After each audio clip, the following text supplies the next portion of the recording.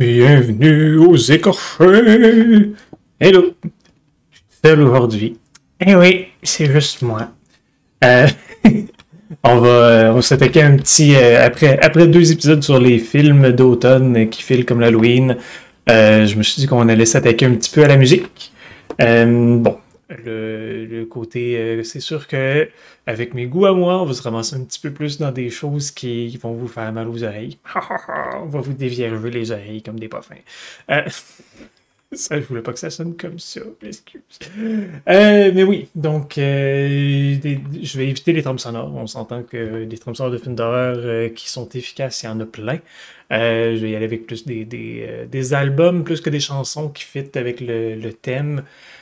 Pour les gens qui veulent aller se promener dans les feuilles mortes, les gens qui veulent juste filer comme l'automne ou ceux-là qui veulent mettre une playlist pendant qu'ils attendent que les jeunes passent pour des bébés.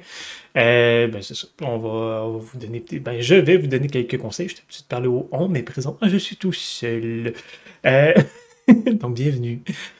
Oui, bon, je vais faire des petites parenthèses en premier pour les chansons populaires qu'on peut pas passer à côté. C'est sûr que la chanson thème de Ghostbusters, c'est pas vraiment une trame sonore, même si c'était une copie d'une autre chanson, c'est efficace. Thriller de Michael Jackson.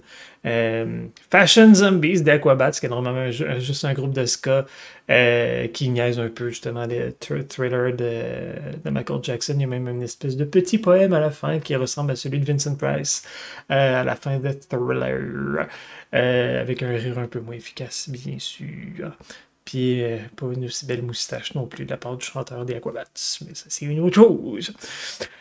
Donc oui, bon, donc c'est ça. Il y a des groupes en soi qui ont fait une carrière au complet sur ben, de la musique d'horreur, que ce soit du punk d'horreur comme les Misfits, qui ont été vraiment les premiers à populariser tout ça. Euh, c'est sûr que les Misfits, ça dépend si on est un fan de Danzig ou de Michael Grave. Bon, Michael Grave, je l'aime pas en tant que personne, vu qu'il est un petit peu trop de droite à mon goût, mais c'est quand même un bout de la carrière des Misfits que moi j'apprécie beaucoup.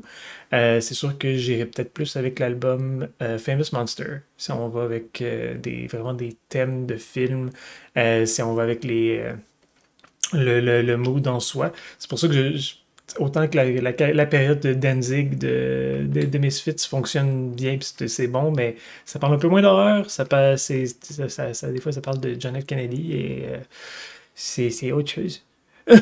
Et des fois, ça fait juste nanana, we bite, manana, we bite. Si vous voulez écouter la tune We bite, puis vous pouvez comprendre d'autres mots que juste le titre. Bonne chance. Je vais vous boire une petite gorgée pour me rafraîchir le gosier. Non, non, il y aurait Lou qui parle en même temps. On va s'ennuyer de Lou un peu aujourd'hui. Donc, commençons. Bon, il y a un groupe que peut-être pas tout le monde connaît. Ça date quand même. Ils ont sorti la suite du premier album, entre guillemets, il y a quelques années seulement. C'est Creature Feature.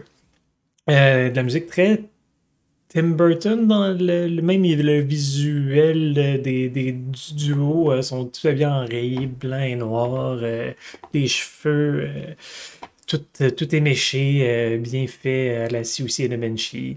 Mais ouais, c'est très audible, je veux dire, c'est pas, il y a personne qui crie, c'est juste des paroles normales, de la musique un peu justement la Danny Elfman, ça fitterait dans n'importe quel film d'animation de Tim Burton. C'est vraiment agréable et ça fit très bien avec l'automne. Des chansons sur des gremlins, des monstres. Un hommage à Edward Gorey qui avait écrit un livre sur des obituaires d'enfants. Ils ont refait ça mais en chanson. C'est très drôle. Donc oui, à bien conseiller Creature Feature, amusez-vous. Ça se trouve sur Bandcamp. Pas mal tout ce que je vais vous parler, ça se trouve sur Bandcamp ou sinon n'importe quel. Probablement que ça existe sur Spotify, mais j'essaie de pas encourager ça vu que les artistes ramassent fuck all d'argent avec Spotify. Donc les avec Bandcamp ou même iTunes, c'est moins pire. Euh, ouais, je conseillerais même de pirater tant qu'à utiliser Spotify. C'est pas bien. La personne fait plein d'argent, puis les artistes n'en font pas. Donc, rendu là, j'aime mieux que le gars il fait juste pas d'argent, vu que les artistes, c'est minimum ce qu'ils font. C'est personnel, vous avez le droit d'aimer ça Spotify. Je sais que c'est plus pratique, c'est plus facile et l'interface est user-friendly, mais bon, c'est pas pour moi. Ah là là là. Donc je poursuis avec. Et oui, aujourd'hui je suis plate de même, je suis vraiment une petite voix de documentaire, je suis fatigué. J'ai pas beaucoup dormi. Oui, c'est ça. Oh. Donc, oui, je poursuivrai avec la grosse voix de Peter Steele avec Typo Negative. C'est sûr que, bon, il y a des albums comme World's Coming Down que la chanson All Hallows Eve dedans, comme une tune d'Halloween, mais l'album October Rust, ça se fait l'October Rust, c'est fait pour l'automne au complet. Bloody Kisses fonctionne aussi, je veux dire, cette trilogie-là d'albums, Bloody Kisses, World's Coming Down, puis October Rust. C'est sûr que ça fait tout avec l'automne. Je le conseille fortement. C'est romantique, quétaine, des feuilles mortes, des gothiques jolis et bien écrits, des belles choses, des affaires un peu dark et de l'humour pince sans rire. C'est parfait. Et une grosse voix de base de Monsieur Peter Steele. Paix son âme. Oui, donc, je veux dire, pour les gens qui ne le connaissent pas, je conseillerais de commencer avec ben, commencer avec pas les premières tunes de chaque album parce que c'est tout le temps des jokes. Mais ou sinon, je veux dire juste. Mais oui, All Hallows Eve, c'est bien. Black Number One, ça serait une bonne façon de commencer avec le groupe. Côté thème, côté voix, côté chanson, ça, je pense que c'est une belle introduction. Euh, ouais, ouais. Puis sinon, Love You to Death aussi peut être une très bonne introduction avec le petit piano au début. Il n'y a pas tout le temps du piano, mais c'est bien. Je continue avec un autre groupe. On va y aller dans les clichés en premier.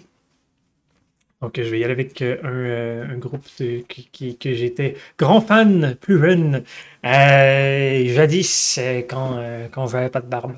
Euh, donc, je nomme Cradle of Filth et je vais nommer l'album. Oh, on le voit pas. Cruelty and the Beast.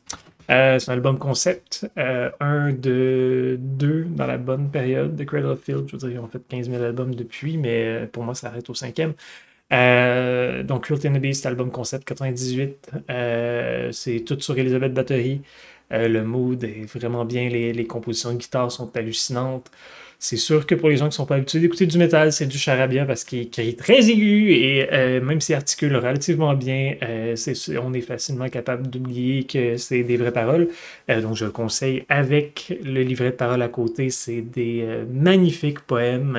Des personnes vont dire que c'est même gaspillé par sa voix, mais non, c'est vraiment dans les meilleurs textes de n'importe quel groupe de métal qui ont été écrits. Le lexique grammatical est hallucinant, beaucoup d'anciens anglais.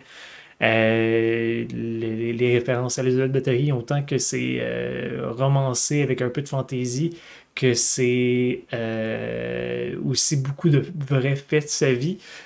Donc c'est quand même intéressant d'avoir un petit peu des deux, entrer dans la légende autant que dans la biographie. Avoir Ingrid Pitt qui fait la voix d'Elizabeth Bathory dans l'album, qui a aussi fait le rôle d'Elizabeth Bathory dans le film Comtesse Dracula de Hammer Film. Donc, ça vaut vraiment la peine de revoir son rôle.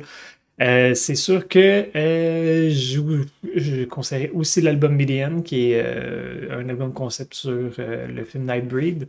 Ou encore là, un acteur invité pour faire la voix, et c'est Doug Bradley, donc Pinhead, qui jouait le chef du culte, si on veut, dans Nightbreed. Donc, là, il reprend plus une voix de Pinhead que la voix qu'il y a dans Nightbreed, mais c'est très bien. Ils ont même fait dire "Oh, no tears, please", juste parce que c'est lui.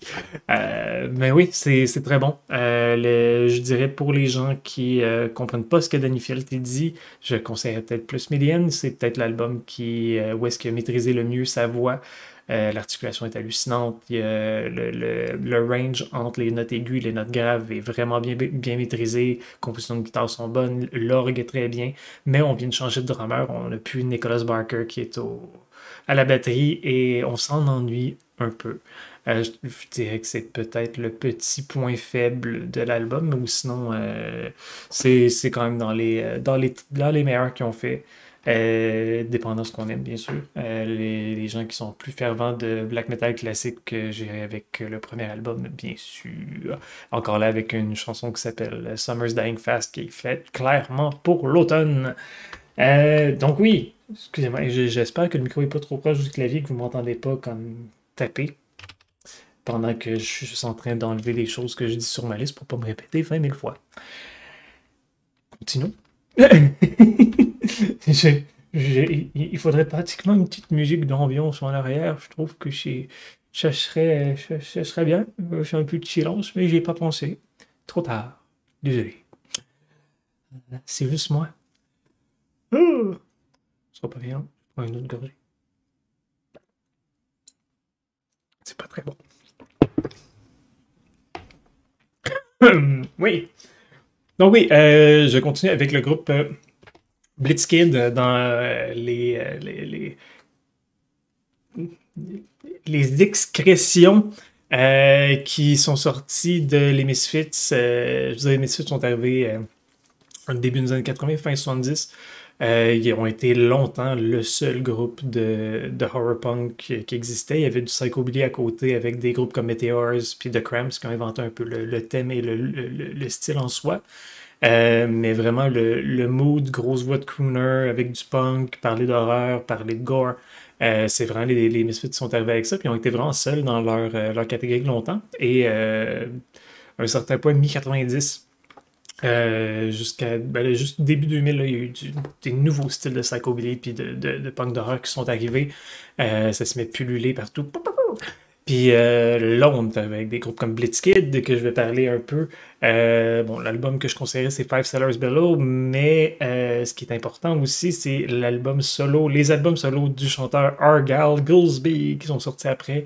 Argyle, A-R-G-Y-L-E, Argyle Goolsby, G-O-O-L-S-B-Y, pour les gens qui veulent en écouter. Je conseille les vidéoclips aussi, ils sont super bien.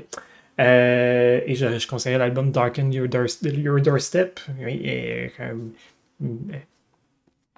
assombrir votre pas de porte. C'est c'est tout le temps plate en français, les affaires en anglais. Comme dans les chansons où est-ce qu'ils disent Now avec plein d'intensité. Je trouve que maintenant ça marche moins. Anyway, c'est tout ça pour dire que le français dans la musique, c'est bien, mais dans la musique qui fait mal aux oreilles, c'est peut-être moins bien. C'est mon avis. Mais oui, donc Argyle Goolsby, espèce de vampire de scène, tout maigre, avec une grosse voix pour son tout maigre. Ils vont parler un peu plus justement de vampires, de fantômes, quelques films en particulier, dont le Babadook. Mais c'est bien fait. C'est accessible pour les gens qui sont pas habitués d'entendre ce genre de musique-là. Donc c'est une belle entrée en matière. Et oui, je vous le conseille bien si vous voulez laisser une chance.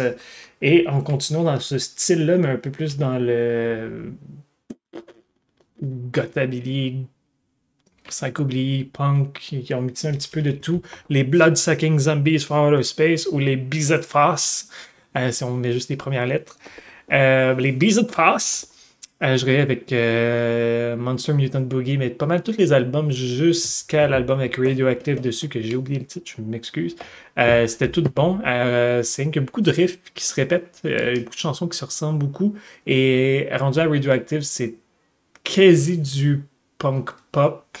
C'est pas mauvais, mais c'est pas mon genre.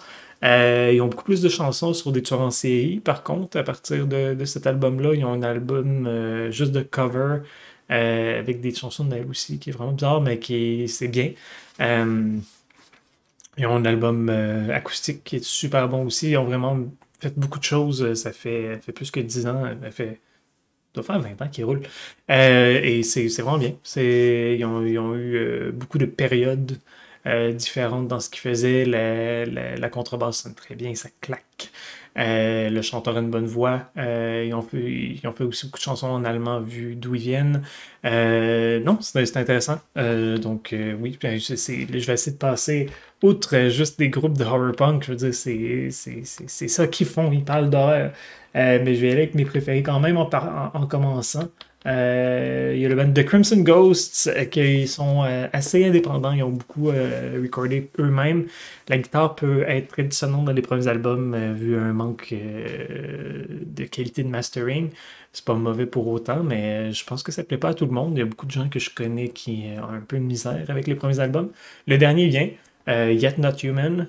Encore là, on peut vraiment on peut se référer à tous les films d'horreur qui passent quasiment le fun avec eux autres. D'essayer de deviner de quel film ils parlent, parce qu'ils sont tout un peu cryptiques, mais on finit pas par avoir une ligne où le concept qu'on fait, ah oui, qui parle de tel film, telle chose. C'est vraiment intéressant là-dessus. Le chanteur a très bonne voix. C'est beaucoup de chansons plus calmes aussi, sans être dull. C'est vraiment juste, en fait, une chanson quasiment d'amour sur une relation de jalousie entre le monstre de Frankenstein et son créateur. C'est vraiment bien. C'est des beaux concepts. La belle poésie aussi, vraiment. Je vous envoie vers eux. Donc, les Crimson Ghosts, et avec les gens qui connaissent les Misfits, oui, ça commence en band de cover des Misfits. De là, pourquoi ça s'appelait comme ça. Mais ça a duré un album. Après ça, ils se sont mis à faire leur propre chose. Et ça vaut la peine. C'est très bien. C'est dans les. Ben, je veux dire, je vais souligner que les groupes qui, pour moi, sont bien dans le domaine. Je veux dire, il y en a des cinquantaines et même des centaines dans le punk d'horreur, et ça vaut pas toute la peine. Il y en a beaucoup qui se démarquent juste pas. Ils sont pas mauvais, mais c'est pareil comme 3000 autres. Donc, je vois pas l'intérêt. Mais oui, ceux-là en particulier, ça le vaut. Et on va s'en aller tranquillement en dehors du punk d'horreur en parlant de Goldtown. Goldtown qui font du punk de cowboy d'horreur. Mais pas tout le temps d'horreur, mais du punk de cowboy. Mais des fois, ils parlent d'horreur. Des fois, ils parlent de zombies, puis de loups-garous en moto. Parce qu'ils sont weird. Mais, mais oui, ils ont fait une chanson sur Elvira aussi. Ils ont fait un vidéoclip avec la chanson d'Elvira, avec elle dedans. Donc oui, j'irai avec l'album Life After Sundown. Il y a une chanson de quasiment 6 minutes sur un mort qui oblige quelqu'un à se battre avec dans un concours de boire des shooters. C'est très théâtral, puis c'est très bien. Il y a un vidéoclip qui vient avec, qui est animé. Ben, animé, c'est des dessins, ils sont pas tant animés, mais c'est quand même bien. Donc oui, Goldhound, tout dans un mot. Je trouve ça très drôle de parler de musique sans avoir de musique en arrière de moi. Je trouve ça. J'ai mal fait mon concept. Je m'excuse si je vous emmerde. Mais je vous emmerde pas si je m'excuse. Si ça fait du sens. Oui, donc, continuons. Continuons. Quasiment tout ce qui est death metal, je veux dire, sans être spécialement pour l'Halloween, ça a tellement des thèmes gore pis d'horreur pour des gens qui tripent sur l'horreur extrême. Je pense que c'est le type de métal à signer pour eux. C'est sûr que j'irais avec facilement des groupes plus connus comme Cannibal Corpse ou même du deathcore comme Infant Annihilator, où est-ce que ça traite juste d'enfants qui meurent et d'atrocités faites par l'Église. C'est violent, ça roule à 300 000 BPM seconde. Ben, BPM seconde, tu peux pas être, c'est déjà des beats per second. Anyway, oui, c'est rapide, ça fait mal, ils sont pas fins.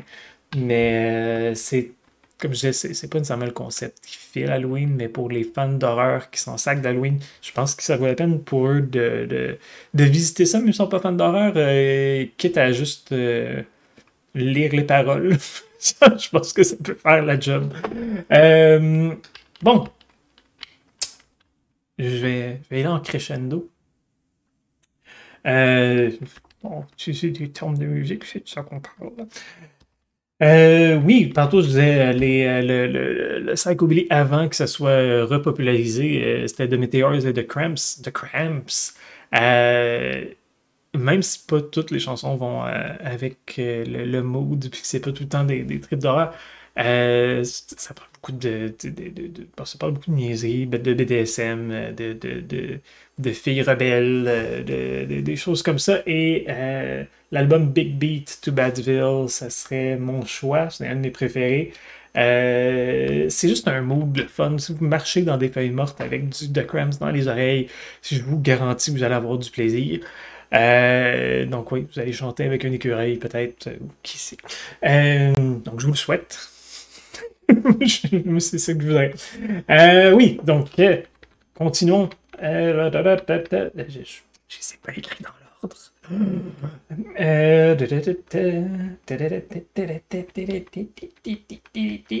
Excusez-moi, je m'ennuie de la musique.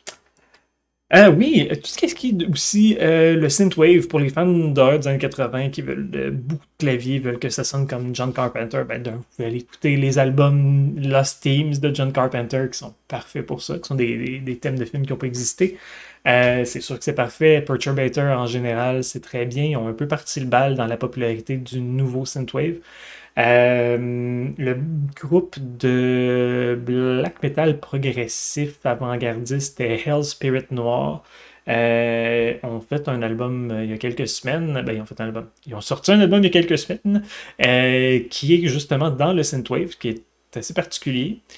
C'est kind of une trame sonore, mais en même temps non, il y a des chansons avec des paroles. L'album c'est Mannequins, comme des mannequins. C'est très bien. Il ne maîtrise pas totalement le style encore, mais pour des gens qui faisaient du black metal avant, je suis quand même agréablement surpris.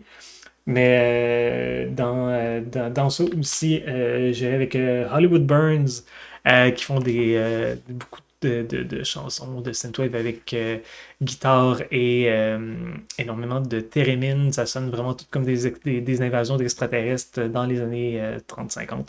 Et c'est agréable à l'oreille. Le mastering est hallucinant. Je vous conseille de baisser le son que vous avez normalement quand en écoutant ça. Je sais pas comment ils ont fait le mastering, mais ça sonne comme une tonne de briques.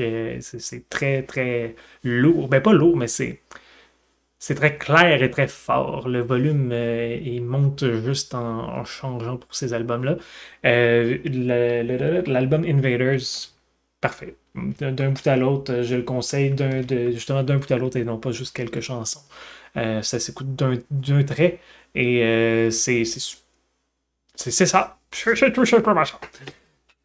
Et bon, je disais pas de trame sonore, mais j'arrête pas de tricher sur mes propres règles. L'album de Fantomas Director's Scott, c'est toutes des reprises, version metal-ish, avec Mike Patton en arrière et Dave Lombardo à la batterie, l'ancien batteur de Slayer, qui reprennent des thèmes de films classiques, dont Rosemary's Baby, The Omen, Godfather, Spider Baby. Ben oui, c'est super intéressant. Fantomas, il n'y a quasiment pas de vraies paroles dans les albums normaux. C'est pratiquement juste du bruit qui fait avec sa voix pour donner des beats, pour donner des moods, certains inconforts aussi. Donc oui, c'est très avant-gardiste, c'est très ailleurs. Mais cet album-là, vu que c'est très ailleurs avec des chansons qu'on connaît, c'est peut-être plus facile d'approche, même si là, je repense à comme la chanson de Rosemary's Baby et de la façon que ça finit, peut-être que j'ai tort. Mais oui, ça vaut au moins la peine d'aller le visiter.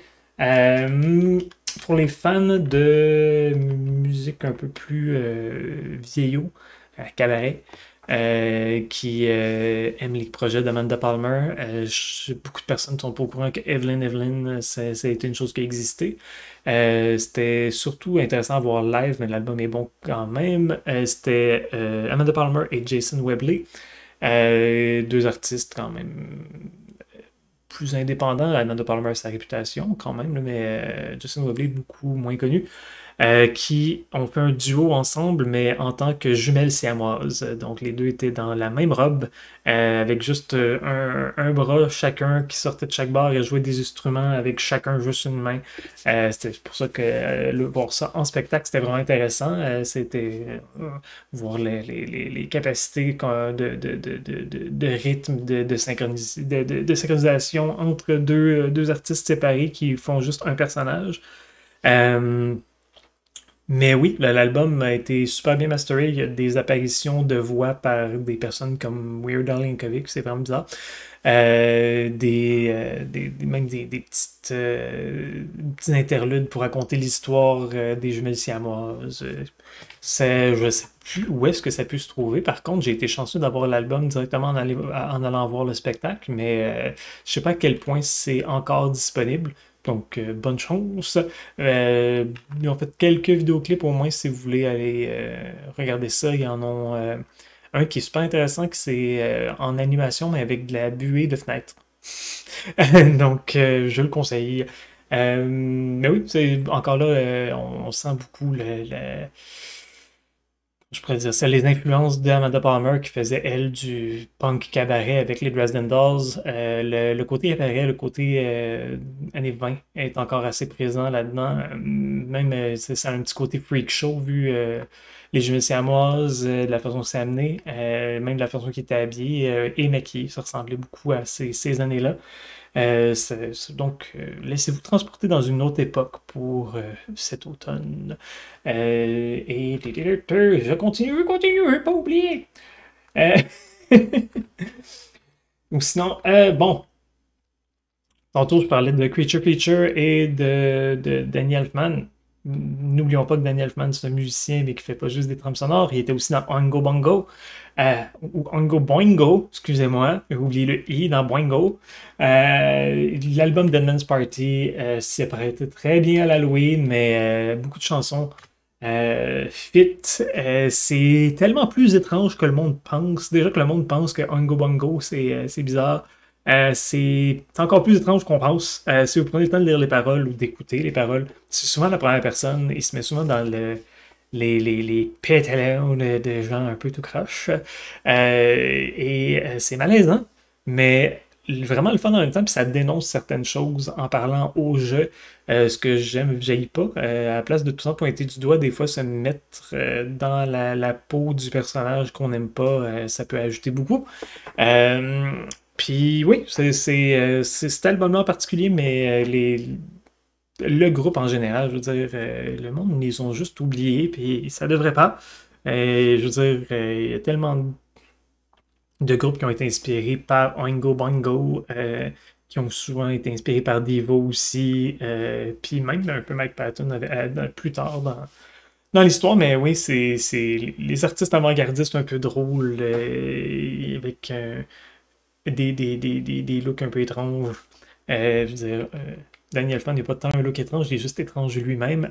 Aussi, j'avais pas noté, mais Danny Elfman a recommencé à faire des chansons tout seul, sans Oingo Bongo. Il a fait Happy, il a fait quelques-unes dernièrement, mais oui, sont vraiment bien. Donc, ça vaut la peine. Puis les vidéoclips sont très étranges. Il est rendu un peu comme bâti, mais mou, un peu comme Iggy Pop, mais avec son sourire vraiment de Joker, puis ses cheveux roux, rendu un peu long. C'est fait. Puis quand je disais, je l'ai pas noté non plus, mais plein de choses, j'ai pas noté. Mais dans les personnes inspirées par Oingo Boingo et Mike Patton, Dr. Steel, ça va être sûrement le seul groupe steampunk que je pourrais conseiller là-dessus. Beaucoup de chansons plus dark, justement très théâtral là-dessus. Un peu de rap, étrangement, puis de la musique avec justement des sons industriels sans être de la musique industrielle, comme le steampunk devrait être. Je pourrais aussi conseiller le groupe québécois défunt après 2 albums, Jardin Mécanique. Des musiciens de talent, faisaient du rock prog avec un esthétique steampunk très théâtral d'un bout à l'autre. Vraiment, les albums à écouter d'un trait, ça raconte l'histoire des personnages, qu'est-ce qu'ils veulent, d'où est-ce qu'ils viennent. Je conseillerais le 2e album en particulier, c'est toute l'histoire du théâtre Tintamarre, ou la sinistre histoire du théâtre Tintamarre. Le 2e a un petit peu plus de profondeur, ils ont trouvé un petit peu plus leur son. C'est plus recherché, il y a plus de place pour les personnages aussi, l'histoire est un peu plus claire, ça vient un peu plus des médias, c'est quasi punk comme parole pour certaines chansons, mais du point de vue des méchants, donc de la musique engagée, mais si les personnes engagées parlaient du côté des politiciens, comme ben, nous effectivement fait de temps en temps de toute façon, mais dans le sarcasme bien sûr. Merci Fat Mike. Euh... hey, bon, ça c'est de la musique que je ne sais pas de quoi il parle parce que c'est dans un langage que je ne parle pas, que je ne connais pas. Mais Blue Cine, B-L-U.S-I-N-E, ou Blue Sin, ou Blue Sinar. Je sais pas, je ne parle pas ce langage. Je les aime beaucoup. Par contre, l'album Can You Hear in Colors, hallucinant, très bon, c'est du trip-hop, très ambiant, une voix très chaude, la femme, mais tout en étant quasi sensuel, il y a un mood dans les cordes mineures qui donne un certain malaise dans l'album. Ce qui est super intéressant, c'est sans être malaisant, il y a quelque chose de evil qui est en arrière des chansons. Oui, donc ça se trouve sur Bandcamp et je vous conseille vraiment des encourager. C'est vraiment pas un groupe connu. Peut-être plus dans leur pays, mais ici, j'ai jamais rencontré quelqu'un qui les connaissait. Et oui, gros conseil. Et pour les gens justement qui me connaissent, ils savent où est-ce que je m'en vais avec ça. C'est sûr que dans les groupes que c'est juste moi qui connais au Québec, je suggère tout le temps le groupe anciennement de Grèce. Après, ils sont déménagés à Berlin et maintenant, je pense qu'ils ont fait leur dernière tournée l'année passée, donc le groupe n'est plus. Que j'aurais tellement voulu voir en spectacle. Le groupe Dirty Granny Tales, donc les contes de la grand-mère sale. Encore là, bon, vous allez voir un pattern là, très théâtral. C'est un ancien groupe de black metal qui ont fait de la musique acoustique, donc c'est un peu du black metal acoustique en bout de ligne. Corpse Paint, mais avec des petites capines de Sherpa. De la mandoline, des percussions, autant que de la vraie batterie, du piano, de la flûte à bec qui fonctionne étrangement bien. C'est très hypnotique de la façon que c'est joué, de la basse acoustique qui sonne comme si elle mesurait 5 mètres. En spectacle, il y avait des animations sur un écran géant, des danseurs, des marionnettes. C'est vraiment un spectacle c'était comme aller voir une pièce tout d'un coup. Il y en a un qui est tout complet sur YouTube présentement. C'est à la salle Kunamaka, si je ne me trompe pas. Mais Matra, peu importe, vous allez le trouver. C'est la seule chose qui dure plus qu'une heure pour le groupe. Et c'est sur l'histoire de... C'est inspiré de la vie d'Ed Gein. Mais tu sais, c'est la relation malsaine qu'il y a avec sa mère. C'est la mort. Il y a une chanson complexe, c'est juste... ça commence avec un arbre, avec quelqu'un de pendu dessus, puis deux espèces d'esprits de la forêt qui prennent le corps puis qui veulent l'amener dans l'autre monde. Vraiment intéressant. Et tous les albums sont bons. Il y en a juste sorti deux. Celui du spectacle que je parle a jamais sorti. Ils n'ont jamais enregistré l'album. Malheureusement. C'était probablement le meilleur qu'ils ont fait. Mais c'est ça. Ils ont juste jamais enregistré, ils ont juste fait live. J'ai même gossé le chanteur par email à discuter avec lui, faire comme oui, mais je le veux, puis je peux pas aller jusqu'à vous pour aller écouter le spectacle, mais non, ils ont jamais pu l'enregistrer, puis là, le groupe n'existe plus. Mais oui, je les avais commandés les deux premiers albums directement par lui, justement. Et non, il était très gentil. Et c'est ça, il y a beaucoup de bonnes choses. Une voix de falsetto un peu à la Tiger Lilies, mais aussi très basse, du screeching comme du black metal. Non, c'est vraiment, c'est à part. C'est vraiment dans mes groupes préférés et je ne peux le conseiller assez, même si je sais que c'est vraiment pas pour tout le monde. Mais je vais passer à autre chose. Dans les groupes plus ambiants, Donc, musique d'ambiance très Cryo Room, des affaires de même. Parlor Tricks.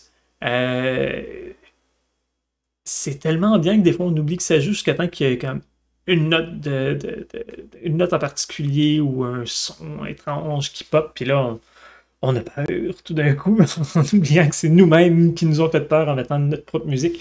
Mais Power Tricks, ils n'ont pas fait beaucoup d'albums. Il y en a un qui est complet. Après ça, ils ont sorti une chanson à gauche, une chanson à droite. Mais c'est vraiment bien. Encore là, ça se trouve sur Bandcamp. Le cover de l'album est comme beige, jaunâtre, sépia, sale. Et ça vaut vraiment la peine d'être écouté. C'est pour de l'ambiance chez vous pendant que vous vous préparez pour l'Halloween. C'est magique. Ça rajoute une ambiance à tout. C'est probablement ça que j'aurais dû mettre en background.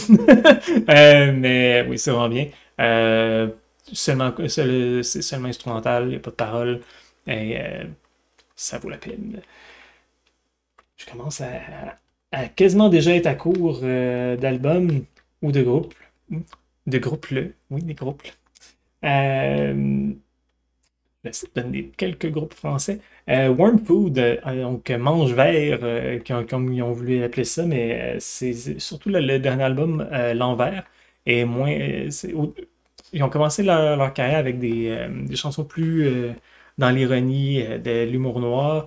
Après ça, ils ont fait un album qui est juste totalement dépressif, très bon quand même, posthume. Et il y a quelques années, ils ont sorti l'album L'Envers, vraiment leur chef-d'œuvre, selon moi. Très bon. Il raconte des histoires malsaines, mais avec moins vulgaire, moins niaiseux que le premier album. Mais oui, ça vaut vraiment la peine. C'est intéressant et ils ont passé de crier de temps en temps à plus du tout. C'est juste du chant normal, beaucoup d'inspiration par Typo Négatif, justement, avec des bruits de sitar, un peu d'orgue, des voix plus graves de temps en temps. Mais oui, c'est super agréable d'un bout à l'autre, des chansons difficiles sur certaines choses comme sur la guerre, et sur tellement de choses. Et pour ceux qui ont écouté les autres albums, la chanson en soi Mange Vert est une référence aux deux autres albums d'un coup, donc c'est bien aussi. Mais oui, ça s'écoute bien, c'est pas trop méchant, mais c'est juste assez sale. Surtout certaines chansons en particulier, euh, avec des paroles comme J'ai créé pour toi, ô m'amuse, la plume trempée dans tes menstrues. Mmh. Moi, ça me fait bien rire, mais c'est pas pour tous. Oui, dans d'autres pays, on va passer à Vulture Industries, qui est encore un groupe de métal. Où est-ce que ça ne crie pas? L'album de Malefactor Bloody Register. Register. Register. De Malefactor's Bloody Register, qui est un album encore là, concept sur un bourreau de pendaison, qui sur une chanson d'ailleurs, il raconte qu'il est tombé en amour avec une des personnes qui allait pendre et que ça le rend un peu triste, puis qu'il espère qu'elle va le pardonner parce que c'est juste son emploi. Mais c'est super intéressant. L'album de Tower est vraiment bon aussi. La chanson de Hound est hyper particulière. C'est quelque chose qui devrait faire peur, puis qui en bout de ligne est juste triste. C'est super bien rendu. Le chanteur a une voix un peu folle, mais dans le bon sens de fou. Je sais pas comment l'expliquer. Mais oui, il y a une voix vraiment particulière. Il n'y a pas beaucoup de gens qui sonnent comme ça dans l'industrie. Et oui, donc Vulture Industry en général, mais cet album-là, c'est avec celui-là que je les ai connus, donc c'est peut-être pour ça que c'est mon préféré. Mais The Tower est vraiment pas loin en arrière. Je pense que c'est celui. The Tower est probablement celui avec le plus de bonnes chansons. Mais pour le mood un peu plus Halloween-ish, vu le thème, je serais allé avec de Manufacture Bloody Register, mais c'est à votre guise. Si vous voulez de l'humour absurde dans votre horreur, cette année, par contre, vous pouvez aller vers Trolldhagen, Trolldhagen, Trolldhagen, c'est ça. Groupe d'Australie, et il y a ben j'ai oublié le nom de l'album. L'avant-dernier. Euh, que la chanson Lefty's Wild Ride dessus, qui est hallucinante. C'est vrai, c'est juste une chanson sur un conducteur zombie qui amène deux personnes dans l'outre-tombe, mais c'est tellement niaiseux et drôle et épique tout en même temps. Des chansons sur des freak shows, des chansons sur je pense que c'est deux singes qui s'en vont dans l'espace puis qui savent pas vraiment ce qu'ils font. C'est vraiment drôle. Le chanteur, il crie, mais il crie comme tout croche en show. Il y a un pendentif de rappeur avec une manette de Nintendo 64 dessus. Avant, il portait juste un gros chandail mauve de Michael Jackson avec. C'est Michael Jackson, Michael Jordan, puis Michael Culkin. C'était tous des Macs. Mais ben, c'est ça. Ils se prennent pas au sérieux. On aime ça comme ça. Mais c'est des musiciens de talent tout de même, et ils font des choses qu'on n'est pas habitué d'entendre. Donc oui, si vous voulez quelque chose de petit peu plus facile d'écoute, ben facile d'écoute pour ceux qui aiment quand même ça, et beaucoup de distorsion, allez-y pour ça. Mais par exemple, là, je vais entrer en parlant de Cradle of Filth tantôt. Leur, euh, leur successeur, si je peux dire, Carachangren, Carachangren, Carachangren, ou Carachangren, dépendant comment vous les prononcez. C'est un groupe de Hollande, clairement inspiré par Cradle of Filth, très justement black metal, symphonique, articulation impeccable du chanteur. C'est dans les seuls groupes de black metal que tu n'as absolument pas besoin du livret de parole pour comprendre ce qu'il dit. Tous des albums concept pour la plupart. Non, tous des albums concept. De fantômes, plusieurs basés sur des vraies légendes. Les deux premiers, c'est vraiment sur des légendes hollandaises d'ailleurs. La Madame Blanche qui est nommée l'Amendam. Puis Death of a Phantom Ship qui est sur le Flying Dutchman. Ils ont fait un album de guerre, que c'est toutes des histoires d'horreur de guerre qui s'affinent avec des fantômes. Il y a un album, un des derniers, sinon le dernier. Non, ils viennent d'en sortir un sur Frankenstein, l'autre d'avant, qui était sur, comme ça commence avec un jeu de Ouija qui summon l'esprit de Charlie. C'est vraiment intéressant. Tous les albums sont bons, ça dépend vraiment du mood que vous voulez. Il y a un certain mood nautique, si je peux dire ça, pour l'album sur le Flying Dutchman. On sent que ça parle de bateau. Donc, c'est pas votre trip, mais allez-y pas pour celui-là. Si vous tripez plus sur le 17e siècle avec des fantômes, des fantômes, oui, parce que c'est des fantômes qui ont tombé, des fantômes, ben, allez-y pour, avec des fantômes avec des chevaux, toutes ces affaires de même. Allez-y pour la Dame. Si vous êtes plus fairy tale, il y a This Is Not a Fairy Tale, qui est une espèce de re-racontage d'Hansel and Gretel. Donc c'est ça. Chaque album est vraiment très, pas fermé, mais très concis. C'est vraiment, ça a été fait pour ce concept-là seulement, et on le sent. Certains moods qui reviennent quand même d'un album à l'autre, c'est quand même le même groupe, mais c'est ça, j'ai de la misère à conseiller un album en particulier, puis ça dépend vraiment de celui qui l'écoute. Et par celui, je veux dire celle aussi, je n'exclus pas personne, je promets.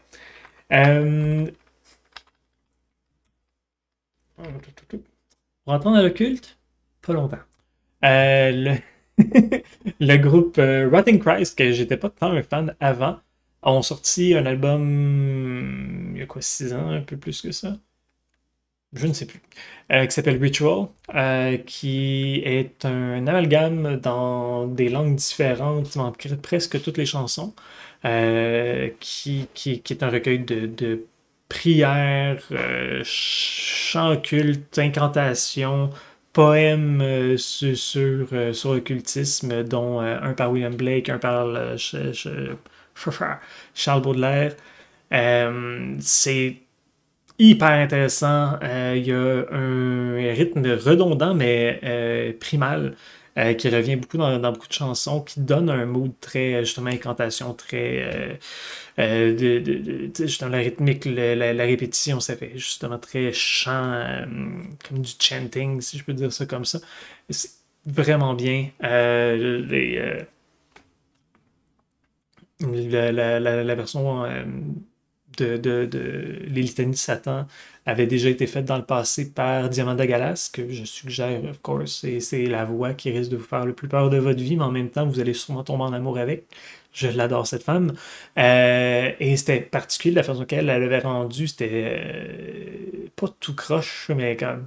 Tu sais, tout croche, mais dans le bon sens. Et versus Rotting Christ qui ont amené ça d'une façon justement plus rythmique, plus agressive, mais moins agressante. Si je peux dire ça comme ça. Parce que Diamanda Galas elle aimait ça. Ben, elle aime encore ça, agresser son public un peu. Elle parlait de choses sales, elle fait des albums sur le sida. C'était pas dans son but de plaire à tous.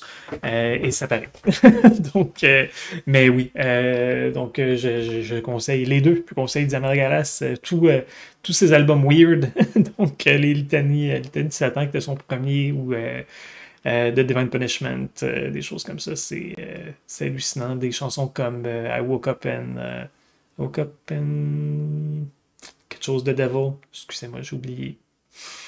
C'est hallucinant, là. C'est des cris stridents. Ça vous enlève votre âme, mais ça vous la remet. Mais quelque chose qui marche plus. C'est un petit peu à l'envers. Je l'ai vu en spectacle, puis je pense qu'elle a changé quelque chose dans mon dedans. Mais j'aimais ça. C'est ça. Ah oui, tantôt, j'ai oublié dans le Synthwave Electric Dragon, l'album Covenant. Des bruits de corneilles, des gens qui crient. Ça fait très film d'horreur. Et ça a un son plus particulier que certains autres groupes. VHS Glitch aussi ont fait beaucoup de bons albums côté horreur. Donc c'est sûr que c'est deux groupes que je conseillerais. Voilà, j'ai quasiment fini. Ma liste, c'est sûr que j'aurais pu en mettre 1000 autres, mais je voulais pas m'attarder non plus éternellement. Sentez-vous libre d'écrire s'il y a des groupes en particulier que vous avez aimés, c'est pas mal sûr que je peux vous en conseiller dans la même gamme. J'essaie d'aller avec des choses qui sont peut-être un peu moins connues. Les évidents, ben, probablement que vous les connaissez déjà. Puis, ben, c'est sûr que je dis moins connu, puis je parle de Cradle of Filth, album de 98 qui est le plus connu, qui font une tournée présentement juste de cet album-là. Mais en même temps, pour des personnes qui sont peut-être un peu plus jeunes, ça vous a peut-être juste... peut-être que vous avez écouté du nouveau Cradle of Filth, ben, c'est plate, ce groupe-là, puis j'aime pas ça. Mais, tournée avant les années 2000, c'était meilleur. Bon, Dog Fashion Disco. Un groupe encore là dans l'avant-garde, ils font du métal, du jazz, du swing, des touches un peu à tout, des fois dans la même chanson. Ils ont fait une chanson de swing sur Pogo le Clown. C'est très drôle, même si ce que lui a fait, c'est pas très drôle. Mais l'album, c'est un album que je pourrais conseiller au complet. Avec ce mood-là, c'est Adultery. C'est pas l'album avec la chanson de Pogo le Clown. Vous avez cherché celle-là à part. Mais là, on part l'album avec une chanson sur un exorcisme. Ça parle aussi des chansons un peu film noir qui parlent d'adultère, justement. Il y a une chanson sur un tueur en série qui est un autostoppeur. C'est vraiment, vraiment bien. Là, cet album-là, il nous amène sur une ride et il nous fait changer d'un pied de l'autre. Il n'y a rien qui se ressemble trop. Ça s'écoute vraiment, vraiment bien. Ça va peut-être vous amener à d'autres side projects du groupe, comme Polka Dot Cadaver, qui ont fait une chanson qui s'appelle Chloroform Girl, qui est une ballade sur une fille séquestrée dans un sous-sol. C'est ça, ils osent beaucoup. Il y a le groupe, ben sinon, encore là, pour Godot Cadaver, ils ont aussi fait Last Call to Jonestown, qui est un peu de mauvais goût parce que ça traite justement Last Call, dernière boisson de Jonestown qui ont fait un suicide collectif en buvant du Kool-Aid empoisonné. Mais ils n'ont pas eu vraiment le choix non plus. C'était ça où tu te fais tirer. Mais ouais, c'est un peu dark, mais c'est ça. Ils ont fait une autre chanson sur Jonestown, mais dans un autre de leur side project qui s'appelle El Creepo. La chanson, c'est Witch Hunt. Encore là, très bon. Je les aime beaucoup. Pas mal tous leurs groupes sont très très bien. Mais oui, donc, mais l'album en particulier de Dark Fashion Disco, Adultery, je pense que c'est une bonne entrée en matière. C'est le premier groupe, les autres, c'est tous des side projects de ce groupe-là. Donc, avant d'aller peut-être voir les autres, je commencerai par la base. Mais oui, il y a beaucoup de choses à aller connaître avec les membres de ce groupe-là en particulier. Je pense qu'ils ont deux autres side projects, dont Celebrity Sex Scandal et l'autre, j'ai oublié. Mais c'était avec des membres de Nothing Face. J'ai oublié, je m'excuse. Ah, c'est Knives Out. Haha, je m'en suis souvenu. Oui. Et. Est-ce que je finis avec ça? Je pense que je vais finir avec ça. J'avais quelques autres groupes, mais côté style, je pense que ça commence à se répéter de toute façon. Donc, je sais même pas sur combien de temps que je parle. Peut-être que j'ai juste fait un petit épisode de rien, mais ça compte pareil. Et ça va vous donner quand même plein de musique, des heures de musique dans vos oreilles. Et comme je disais, n'hésitez pas de demander pour certains autres groupes justement dans le punk d'horreur, le psychobilly. Si vous voulez pas juste comme vous taper des bands ordinaires, ça vaut peut-être la peine de passer par nous. Juste faites, continuez à chercher. Peut-être que justement Bandcamp va vous donner des suggestions, iTunes, Spotify. Mais oui, je vous juge. Je vous juge, non, je juge le propriétaire de Spotify qui est milliardaire et que beaucoup d'artistes sur Spotify n'ont pas une scène. Puis pourtant, ils ont beaucoup d'écoute. Gang de pas fin. Et c'est ça. Fait que, oui, regarde, je vais vous laisser là-dessus. Ben, je vais vous souhaiter un bon Halloween. Puis, comme toujours, que Cthulhu soit avec le Lingus. C'est ça. Ben là.